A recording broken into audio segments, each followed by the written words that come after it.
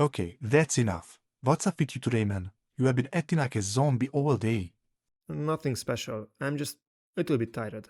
Oh, don't lie. You were almost an hour late today. Your hair and clothes looked like you slept under a bridge, and you have barely made any progress with your work. Not to mention that the lunch break is almost over, and you are just staring at your food. Come on, what's going on? The boy hesitated and avoided eye contact. You know, when I was little, I loved playing with my grandfather. One afternoon we were in a garden when a black cat appeared out of nowhere and sat down beside him. You can imagine, I immediately ran over and started petting it. I had never in my life seen such a gentle creature as that cat. It endured my rough petting as if it had been born for it, while glancing back and forth between me and my grandfather. It was such a funny sight that I started laughing. Oh, I get it now. So one of your cats died. I'm really sorry, man, but you do know that is not the end of the world, right? The boy doesn't respond. He just continues the story. My grandfather noticed that I was laughing and he asked why.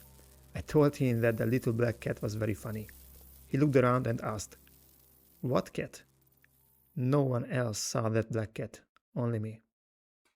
So you were one of those kids blessed with a vivid imagination too?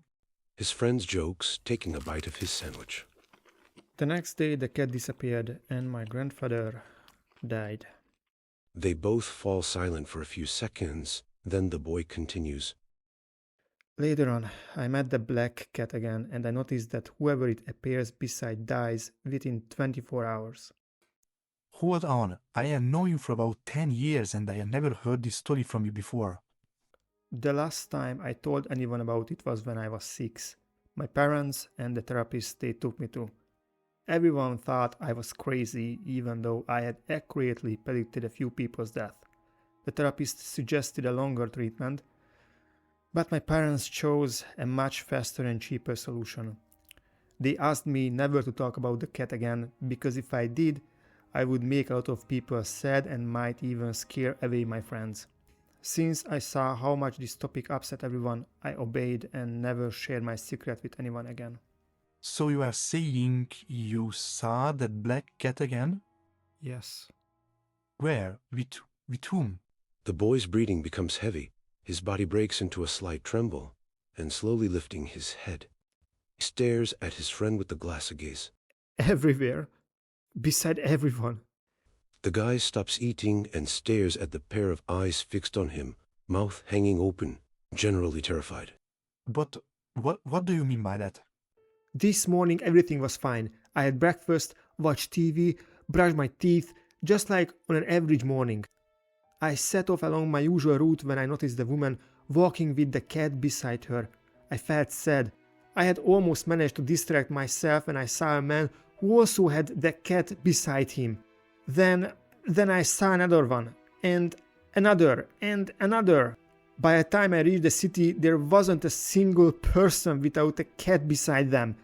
That vast blackness flooded the street, and I felt like it could swallow me at any moment with no one able to hear my screams. Dizzy, I staggered to a trash can, and after throwing up, I thought of my family and I immediately ran home. I was completely shattered when, upon entering the house, I saw that my family was no exception. I completely broke down and collapsed onto the floor.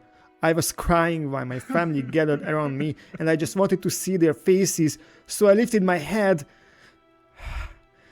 But the sight was blocked by another cat. That cat, however, belonged to me. The guy watches the boy sitting across from him in shock, and only one question sleeps from his mouth. Is there one next to me too? The boy answers with a small nod. Where? He raises his hand and points to an empty spot on the guy's left. What is it doing? Is it just sitting there or what the hell is it doing? The boy looks to his own left, then back at his friend and answers in a strained voice.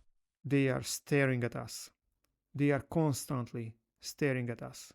The air freezes between them as they stare at each other, motionless, for minutes. The atmosphere is suffocating, but just before they sink into despair, an unexpected smile appears on the boy's face instantly dissolving attention. You bought it, didn't you? Oh, you bastard. The guy jumps up to grab his friend when a man interrupts the scene.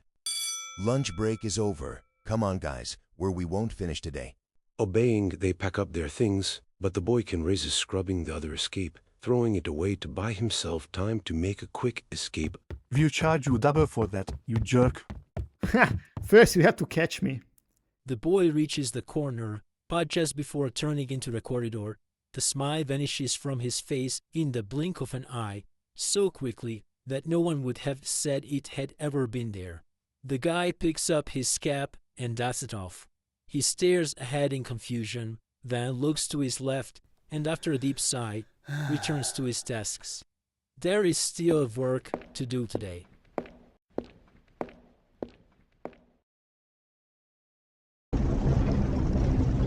Bomb bay doors open. Copy that. Target in sight. Stand by.